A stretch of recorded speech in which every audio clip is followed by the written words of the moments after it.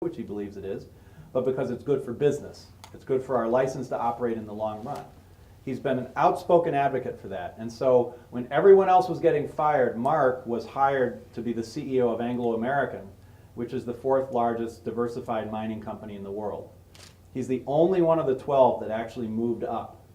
And this is investors and board members speaking. Hey, we need this guy because he's going to make us more successful in the long run by making the right decisions. Does that make sense? So the second question, which was really 2 questions, I think you're trying to monopolize the questioning here. If I come up with an idea, Yeah. and if I want you to invest in it, what are the 2 good things you look into on the front of my idea and look at me as a personality that you'd Okay. expect from me? Okay. Well, you can ask a lot of venture capitalists and other investors that question. The first thing they'll all say is some version of, if I see an A, so on a grading scale, A, B, C, D, right? If I see an A team, a great team of people, and a B idea, I'm going to invest in that way before I would invest in an A idea with a B or C team. So it's more about the people. Now, you don't want to look at something and say, well, this is the stupidest thing I've ever seen. That's unlikely to get invested in. Although Sequoia, one of the top venture capitalists in the world, on their website, they have a little space where they list the companies that they've said no to that have succeeded. And one of them is Google. Yeah, so it's great. I mean, they can do it too because they're one of the most successful VCs in the world, but they have the honesty to say, here are the ones we said no to, which would have made us a lot of money. So you never know. But everybody will tell you we look first and foremost at the people who are going to be running the business.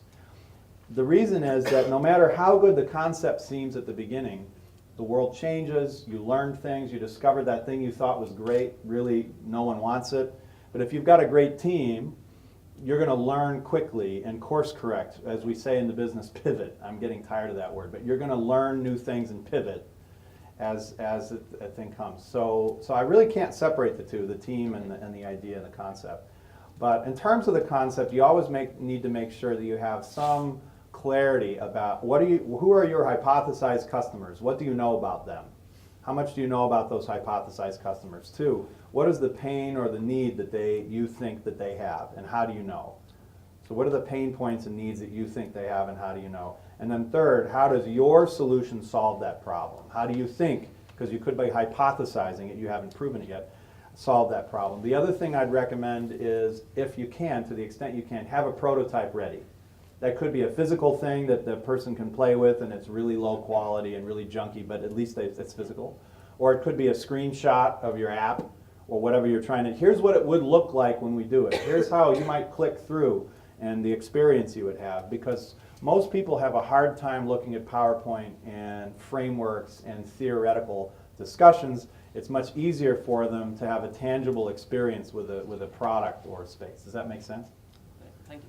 You tell me, should we just keep going, or because I want to make sure you have some time to talk more about Woxsen. It's their session, so. Okay, all right, We'll good. talk about Anybody Woxsen. else? Yeah. This side of the room is winning. You're asking a lot more, except this guy. I think you need to move over to the other side of the room. Yeah, I'm Devraj Reddy. So many entrepreneurs come from the technology background and investment banking. So normally I'm working in other field, operation and maintenance field. So I have so many ideas. I am planning to do something, but who will fund it? Because so many VCs and angel broker, what are the fund managers? They always trying to new idea which is not in the market. On that idea only they want to invest.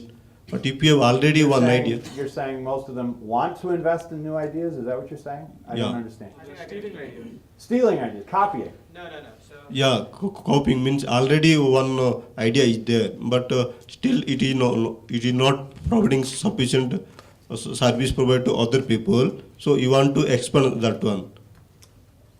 I'm not sure. What's the question? My question is, already one idea is there in market, one company is there. So it is not providing proper services to all clients. So you want to do one more company in same idea. The same idea, so copycat. Yeah, copy. But And are you will asking if that's a good idea or not? Yeah. will the investor invest on that same idea? Maybe. I'll explain the question. Okay, yeah, please do. So he basically asked two questions, right? One is there is an inherent bias for VCs and angel investors towards technology and cool things, modern things, right? Perhaps, So what he's yeah. saying is he comes from a background of services, Okay. right? Where it may not be very exciting as an idea, but it has legs because it can provide good service to the customers. It can Okay. make a lot of money. So one of the questions he's asking is, why don't VCs look at that? The second thing he's saying okay. as a relation to that is, let's say in the marketplace there is a service provider, right? And that service provider is not doing a good job of satisfying customers, right? So what's wrong for the VCs to invest in a copycat idea, a competition or a competitor in the market? Why are they Okay. always going for brand new ideas instead of funding copycats which have an Okay. equal Okay. opportunity of making money? All right, well, regarding the second question, I'm not sure I agree with the premise that VCs are always looking for new ideas. In fact, if you look at VC investing, you find that many of them are lemmings. Lemmings are these little animals that if one of them does it, everybody else does it. Like I said, they'll all jump, because lemmings actually will all jump off cliffs together. That's been proven by science, okay? And most VCs are actually lemmings. So if you look at the returns of VCs in general, about 25% of the VCs make most of the money. 25% of the VCs tend to be the ones that over the long term continue to be really successful. And a big chunk of them just kind of follow the herd. So when big data became the big thing, now all the VCs, not all of them, but most of the VCs are running around trying to find big data. But there were a few firms early on that were looking at data analytics and how the data context is changing, and I want to invest there. So I'm not sure they're always looking for the brand really new thing.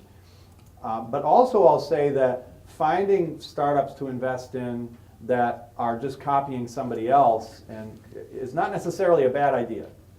First of all, you never know who's going to succeed. There might be 100 startups in something, and only one of them's YouTube and gets bought for a lot of money, right? So you never entirely know. Second of all, I've had this conversation with a number of students where they'll, also executives, they'll say something like, well, was that really innovative because such and such already did it? I'll give the example of Mercado Libre, which was founded, it's a Latin American eBay, basically. It was founded by Marcos Galperin, who is from Latin America. He was working in Silicon Valley in 96, 97. He saw eBay. I think he was working at eBay, but I'm not sure. And he said, wow, there's no eBay for Latin America. So he moved back to Latin America. He translated eBay into Spanish, threw a different design on the front. It's basically just eBay. And became Mercado Libre and made a ton of money. That's publicly traded. eBay actually bought a big chunk of it. So was that innovative or not? Well, my answer as an investor or who cares?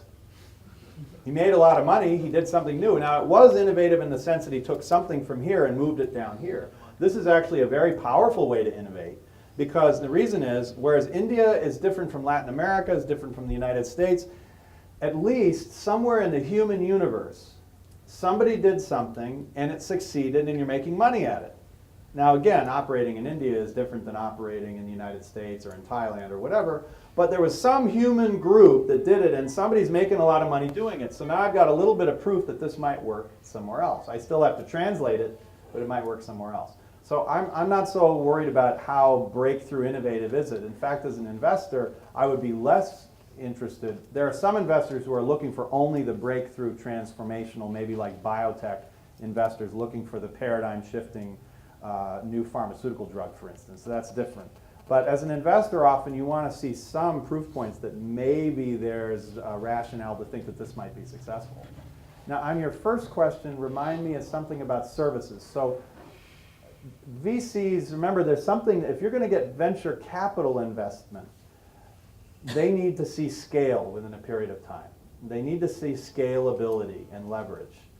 And I don't mean by debt, by leverage. I mean the ability to make one of them or make 1 million of them quickly to make a lot of money. So VC is built around getting in and out and driving scale. And there are a lot of businesses where venture capital investment is just not the right kind of capital. It's not the right path to growth. And the fact is that most businesses in history, most businesses even today, are not built by creating a business plan and going out and getting venture capital. Most businesses are built by what's called bootstrapping. It had to do with the straps on your boots and you'd pull them up, something like that. But basically bootstrapping is I've got $50 and that's what I've got, and I'm going to buy a few things and then try and sell for more, and I got a little bit more money and I take some of that money and I reinvest it, and then I take a loan out on my house and I invest that money. That's bootstrapping with my own resources. And many of the Indian businesses grown like that. Exactly. Now there are limits to that. He said most Indian businesses grow like that. Many, Most not most. most American businesses grow like that. It's not just in a developing economy. Most businesses are built by bootstrapping. Obviously there are limits to that. There are capital access issues, and this is where you get into, you have microfinancing down here, you've got banks that won't give you money unless you don't need it, and then you've got this big chasm in the middle. So venture capitalists kind of play there, angel investors kind of play there. It's hard to access capital, but the fact is that most businesses are built by bootstrapping. So the issue with venture capitalists and services, usually, there are examples of VCs that invest in services. It depends on the kinds of services, often, and the kinds of VCs. But the problem with services like business services, consulting, for instance, there are examples of venture capitalists investing in consulting businesses. They're not typical. Part of the reason is that with business, like especially strategy consulting, you have experts. They're called human beings, and they walk around. And if you make an investment and a couple of your experts get pissed off and they leave, okay, now your equipment just walked out the door. All right? So that's a big problem. And second, if you're professional services where you're selling the knowledge and the teams of people who go in to do these services, it's hard to scale that quickly. Whereas if you've got an IT product, a software, or software as a service online, if somebody starts to use Uber or one of these apps, for instance, it doesn't cost you anything to go from one person using it to go to 1 million people using it. And that drives scale fast. And that doesn't mean it always works. Often it doesn't work. But VCs are interested in making an investment and driving scale very fast. And there are some businesses, honestly, that's not the right dynamic. Or that dynamic wouldn't work very well, and that's often in services businesses. But there are investors that will invest in services. You just have to go out and find people that might know something about services, have a greater comfort level. And that's true about any industry. I mean, if I've got a software startup, I'm not going to go to biotech venture capitalists and try and get them to invest in me, right? Does that make sense? What else? Yeah. Let's make this the last question. Last question, sure. Suppose I have an idea. Yeah. And I'm building upon it. At the same time, some other person with a similar idea, he builds it and it's out in the market. What should I be doing? Should I continue my work or quit it? It is impossible to know based on only the information you've given me. Honestly, you never know. So here's something I've learned from a number of my VC friends, and I've seen it over and over again. One of the things that early stage entrepreneurs do wrong, not early stage, but the young entrepreneurs, people who are brand new to it, they don't have to be young. They could be 60 and it's the first time they've started a business. One of the things people naturally do is, I've got to hide my idea. Well, I don't know if I want to share that with that guy because he might steal my idea.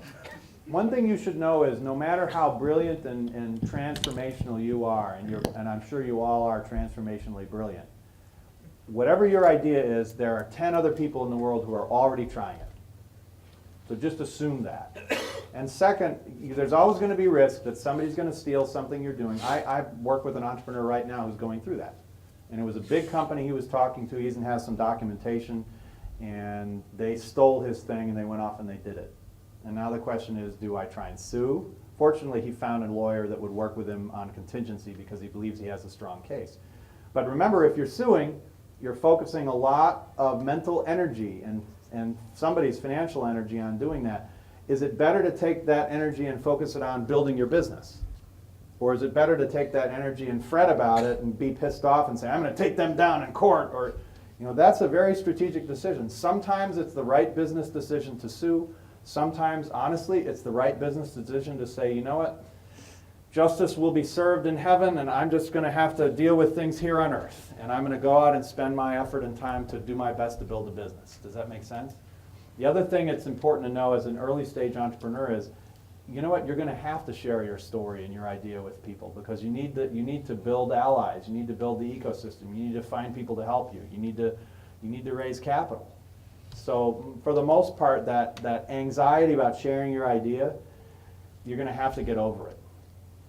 You don't want to be stupid about it. You want to, have on your documents, this is your business plan, this is confidential and all that. It doesn't help you much, but at least you can show that you were trying to maintain confidentiality if you ever do have to go to court. Does that make sense? Yeah.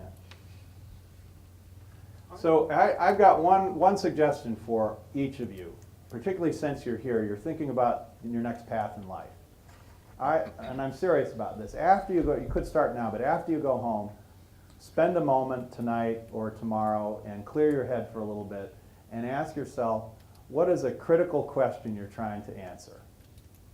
What is something really important that you would like to have an answer to? And write it down and then think about how you might start to find that answer. Take the initiative, be proactive about it rather than waiting for life to just send you answers, because it might not be the answers that you want to hear. Okay? Good. Thank you, Rob. A big hand for Not at all.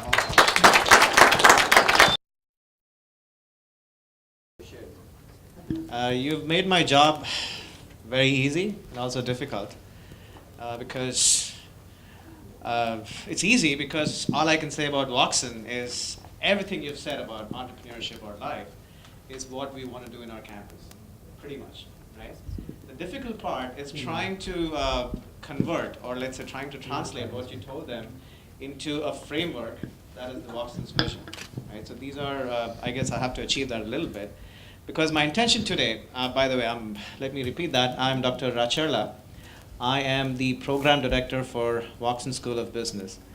And my intention today is to give you a small brief on what Woxsen is all about. Rob talked about so many things, being an entrepreneur, but it's not just about being an entrepreneur. It's about dealing with life. It's about dealing with challenges, right? And there are some themes that came up consistently as Rob was talking about these things. One is the human element of life. That's us. We are the impediments, or we are the drivers of so many things in our lives, number one. The second thing is the outside world, right? As you have put it, the four components of, let's say, market uncertainty, right? The organizational uncertainty, the product uncertainty, and what is the fourth one? Financial. The financial uncertainty, right? So you have these uncertainties that you have to deal with, not again just as an entrepreneur, but as a human being who's trying to deal with life, right? And then you have the process.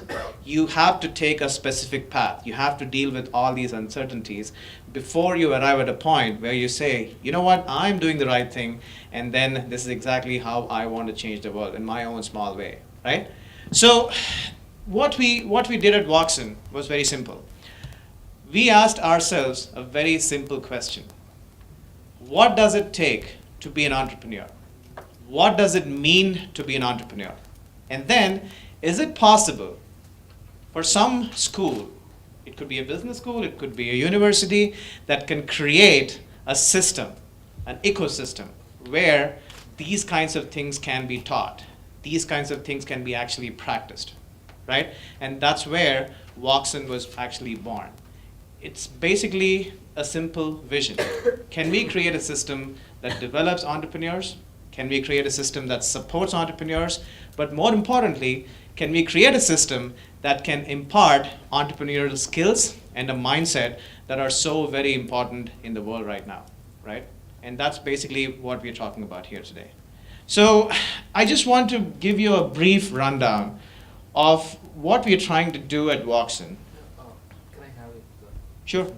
I mean, just Rob told, entrepreneurs are entrepreneurs. Right. So can someone teach? I mean, make someone to be entrepreneur. I mean, how is it going to sound like? That's a good question, right? So the idea is not to teach entrepreneurship. Right. The idea is to not teach entrepreneurial mindset, right? The idea is to help you discover your own inner entrepreneurial being, right? We are all entrepreneurs in our own way, right? For example, when Rob gave the example of stealing a donut, that was an entrepreneurial venture, right? You plotted for it, right? You planned for it, and then finally you did it, right? As kids, we did everything that was possible, right? We tried. When your mom told you not to do something, you went out and did it, didn't you? How many of you did that as kids? But then as we grew up, why do we stop doing that? Is it because we've become jaded? Is it because we have started seeing the risks in doing these things?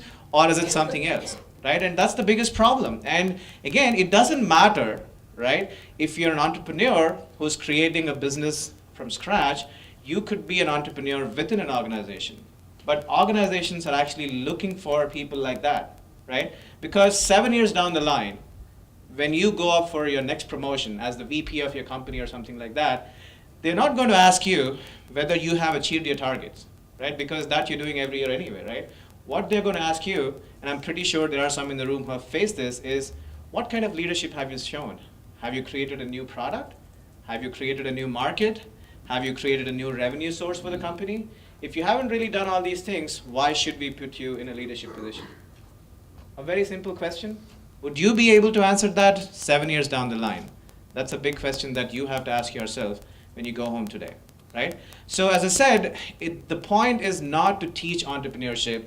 The point is to create a system where all the things that Rob talked about can be actually experimented with, and that is basically the Woxsen curriculum, right? So the simple logic, or let's say the simple vision of Woxsen curriculum is, can we take students through a step-by-step process wherein they learn to deal with all these uncertainties, right? And in the process, give them the toolkit that is actually necessary to deal with all these different uncertainties, right? You may have an idea, but do you really have the skill to pitch that idea to investors, right? Or you may have the technology, but do you know really how to commercialize it?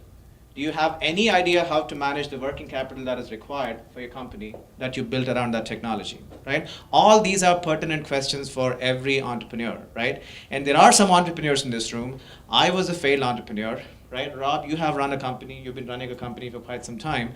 Working capital management is such a dangerous thing, and you've seen so many companies fail because they're unable to, simply manage cash flow. The reason companies go out of business is they run out of money. That's it. As simple as that. It's like running out of blood, right? So do you have the skills to manage your working capital? Do you have the skills to pitch your business? Do you have the skills to go to the market and network, right? So if you think about it, the entrepreneurial process, again, doesn't matter outside the organization or inside the organization. What are the different steps? If you were to break them down into 4 steps, right? Build an idea, refine it, right?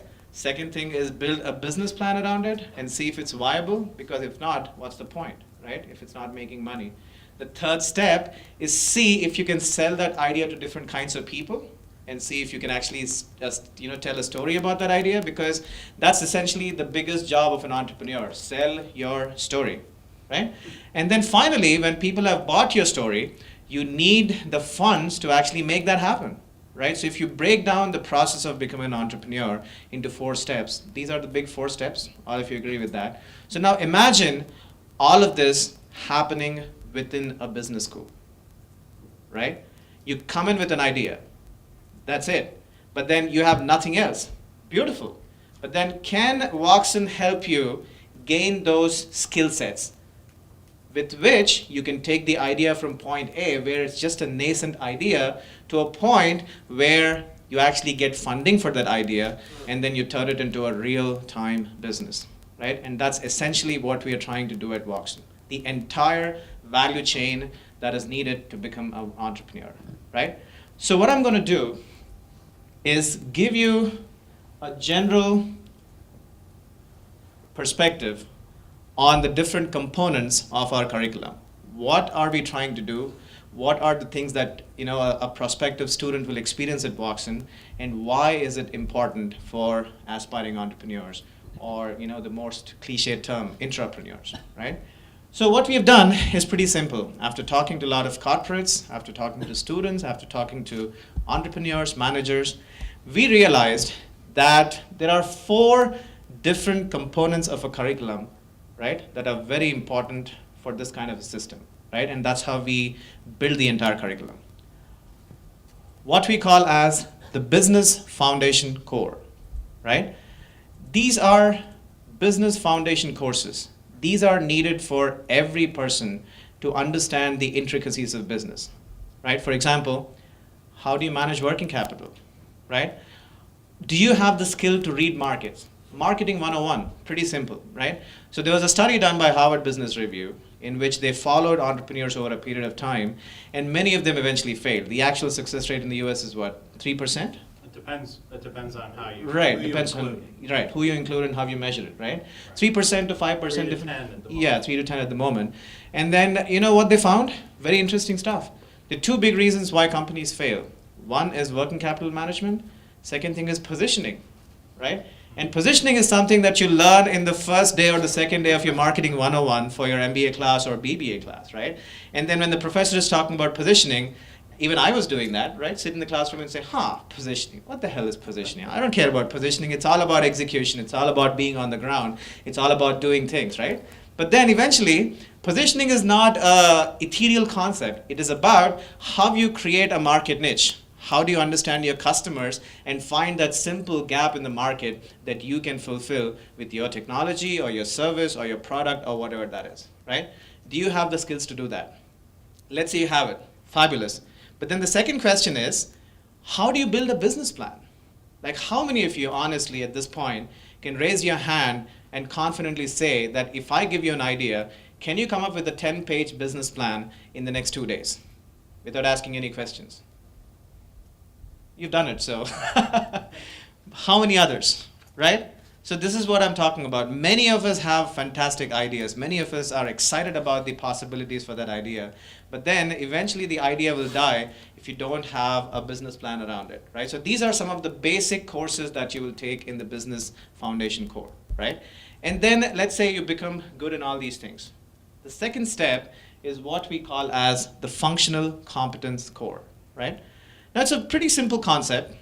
The idea is to take courses that will sharpen your skills related to specific functional areas, right? For example, one of the questions that I always used to get, even though I was a marketing professor, I was part of the incubation cell for our university, right? So we used to fund small businesses and things like that. I used to work for the Small Business Center.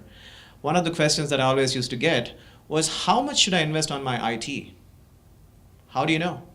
Right? Should you spend 50,000 rupees or should you spend 1 lakh rupees on your IT? How do you determine how much value the IT investment actually adds to your business? Right? Actually, 99% of the people really don't know. What they do is they just randomly invest.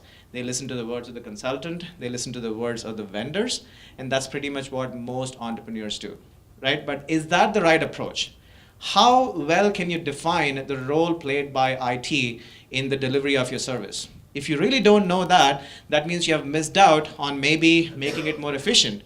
Or maybe you've just invested too much. Maybe this is not the time to invest too much in IT for your business, right? So these are all strategic decisions because every single decision that you take in the beginning of the company burns through cash, burns through time, and burns through opportunity, right?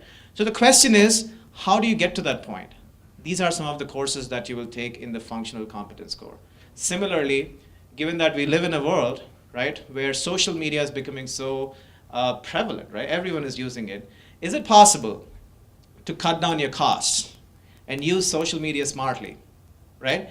And then market your product better, engage your customers, get better ideas, get better feedback. These are all very important questions for an entrepreneur because if you can save 20% of your marketing costs by judiciously using social media, isn't that a fabulous thing for your business? Right? But then many companies really don't know how to use social media, right? So these are some of the basic courses that you take in the functional competence core, right?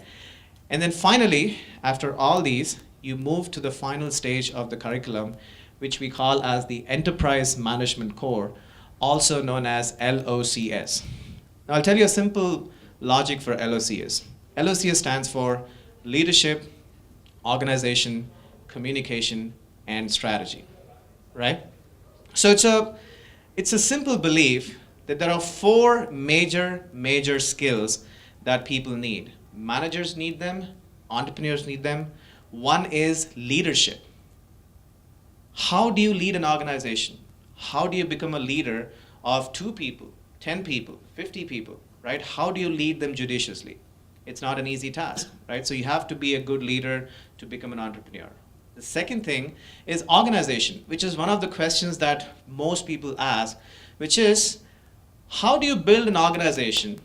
Someone was talking about that, right? Which is, how do you hire the right people and build an organization structure that is in line with your strategy, right? You have a strategy in the market, right? But then how do you know which people to hire for that? What kind of people? What is the structure that you want to go for? These are important questions.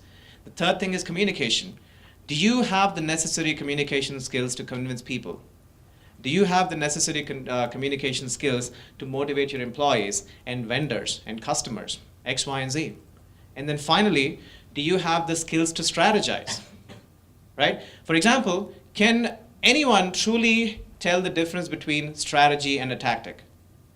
Is it really possible, right? There's a thin line, chicken and egg kind of situation, right? But then it's really impossible to define strategy versus tactic. So what ends up happening most of the time, given that we're all about action, especially entrepreneurs are about action, we end up doing tactical things more than strategic things, right? It doesn't mean that you waste time sitting in the office and strategizing, but then unless you have a long-term strategy, all your marketing actions or every action in your company will be about small tactics. And then you're missing out on the big picture, and that's always a big problem, right? Rob, you work with companies, right? Do you see a problem where companies conflate strategy versus tactic, and then what does that lead to? Yeah, at big companies, the way it looks, and I see it often, is they say, oh yeah, we have a strat planning, it's strategic planning, strat planning process. And when you look into it, sometimes this isn't the case. There are some companies that are very strategic. But often when you look in the strat planning process at a company, it's really more of an operational plan. So they'll have their plan for the next year, and the strat plan ends up just being a roll-up of all the different actions that all the businesses within the company are planning to do, and they add it all up and they get their strategic plan, and then they take that 1 year plan and they extrapolate it out another couple of years, and it becomes their 3-year strategic plan. That's not a strat plan, that's an operating plan. And they mix the two up all the time. A strategic plan needs to have some foresight. Where might the world go? We can't predict it, but where might the world go? It has to have foresight about the world and how it, outside our industry even, anything that might affect the industry and our company. And then it needs to have insight that results from that foresight. What are the insights from where the world might go that are relevant for us as a business? And then actions based on those insights. So foresight, insight, action. When you've got a mechanism to generate that foresight, insight, action loop, then you probably are developing a strategy. Right, and that's the hardest part, right? Drawing a line between strategy and tactics, and at the same time getting them right, is probably a fine art, which very few people have. But then, is it possible that we can train our students to think strategically, right? Because that's probably one of the most important things of being an entrepreneur.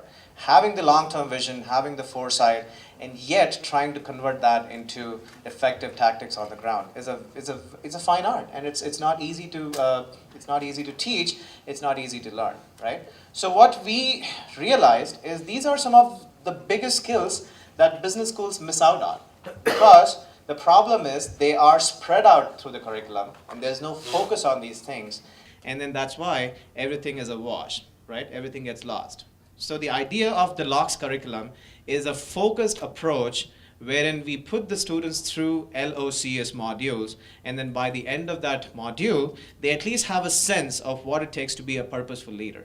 They at least have the sense of what it takes to communicate your products and services to the market and other stakeholders.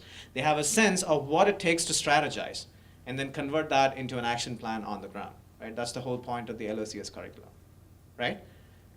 So now you'll ask me, sure, yes, Can I interrupt you here? please. Suppose if someone wants to get into traditional corporates, then someone doesn't have any idea right now, Right, or not been an entrepreneur and not tested the water. right. So initial years want to get into corporate setup, and then down the line maybe. So this is not for such kind of person, this is not the It is. The kind of skills you'll pick up will be useful everywhere, right? So for example, think of the Business Foundation core. Take a look at some of the courses that we have in the Business Foundation core. You can spend a lot more time with the curriculum catalog that we've given you. But then think of something like design thinking and ideation, right? Do you have it in you to refine your idea, right? It doesn't mean that you want to create a business of your own. You can do that even in a corporate, right? If your manager knows that you have the skills and capabilities to truly understand the design, right, and then think like that, and then create new products and services, wouldn't that be a fabulous thing, right? Similarly, business plan development, quantitative techniques in decision making, right? If you have the skills to understand data, today it's all about data. There's so much data that comes into companies, right? It's just unbelievable amounts of data. Then if you have the skills to parse out all the noise and see if you can get key insights out of that kind of data, that's a skill that your manager will love to have. Absolutely. And your manager will love that you have it, right? Pretty simple, right? That's about the business foundation core. Now, let me give you a flavor of the functional competence core. Business analytics. How many of you have heard of analytics? How many of you think that analytics is probably the future in the organizations? Right? It's a huge, huge deal right now. Maybe, as Rob said, it could be a fad cycle, but right now that's the fad going around, right? You have to live with it. So is that an important skill to have? Absolutely, right? And you know, many times entrepreneurs themselves really don't have the skills to read the market because they have no idea how to parse this kind of data. Right? And that's one of the problems. So if you have the skill set, beautiful. You can work in a corporate, you can work outside a corporate, it doesn't matter. You can still apply them. Same thing with this. Services quality and services excellence, right? How do you see your services division, or how do you see your service process through the eyes of the customer? Can you create an operational process that is truly oriented towards the customer so that the end result is a highly satisfied customer, and then that means profitability, satisfaction, and long-term viability, competitive advantage, whatever you want to call it, right? These are again skills that everyone needs. It doesn't really matter whether you're inside a corporate or outside a corporate, right? So the way we design this curriculum, right, the logic is pretty simple. We want to train entrepreneurs. Right? But these entrepreneurs are trained in such a way that they can go inside an organization and make a difference. They can also stay outside an organization and create a company and still make a difference. But these are some of the core skills that every person needs to be an entrepreneur. And that's the fundamental insight that we drew from all our research. Right? So you can easily take these skills and go into a corporate. Right? Anyway, so then you'll ask me a question. Sure, you know, these are all in classroom activities, blah, blah, blah, you know, does it really matter? So that's where what we have done is again add the practical component, right? The central theme of Woxsen is what we call as the trade tower, right? Now what exactly is the trade tower? The trade tower is the place where you will experiment with all your ideas. As simple as that. This is a big, big experiential component of Woxsen curriculum, in addition to all the other interesting things that we obviously have in the curriculum, right? So what exactly is the trade tower? Now imagine a building. Of course, don't just imagine that it's a 5-floor building, but we don't want you to do that. Imagine a building with 5 floors. It's an incubation center, right? At this level, you have a basic idea, right? And you have no clue what to do with that. You have that real belief that this idea is going to change the world, but then you have no idea how to take it forward, how to build a business around it, right? You come in, and then stage 1, you will have all the resources that you can get to refine your idea, right? We'll have an innovation lab. We'll have a prototyping lab, right? Rob was mentioning the fact that one of the best ways to concretize an idea is to actually create a prototype. Because the more PowerPoints you create, the more articles you write about it, it always stays on paper. But imagine the power it creates by actually making a prototype out of it, right? So we'll have labs where you can create prototypes for your product. If it's a service, if it's a process, there will be a lab where you will be allowed to envision your process. As simple as that, right? And then people here will actually help you refine that idea. At some point, you will realize that maybe this idea is actually much better, right, than the original idea that you came in with. And then that's where you move to the second stage. This is the point where you start doing simulations, you start doing business analysis, because you want to understand the market potential for it. You want to understand the profit potential for it. You want to understand the demand in the market in terms of how many you can sell or how many customers you can get. And then all this happens through mentorship. You'll have real entrepreneurs and business consultants who will be sitting there and helping you do all those things, right? And then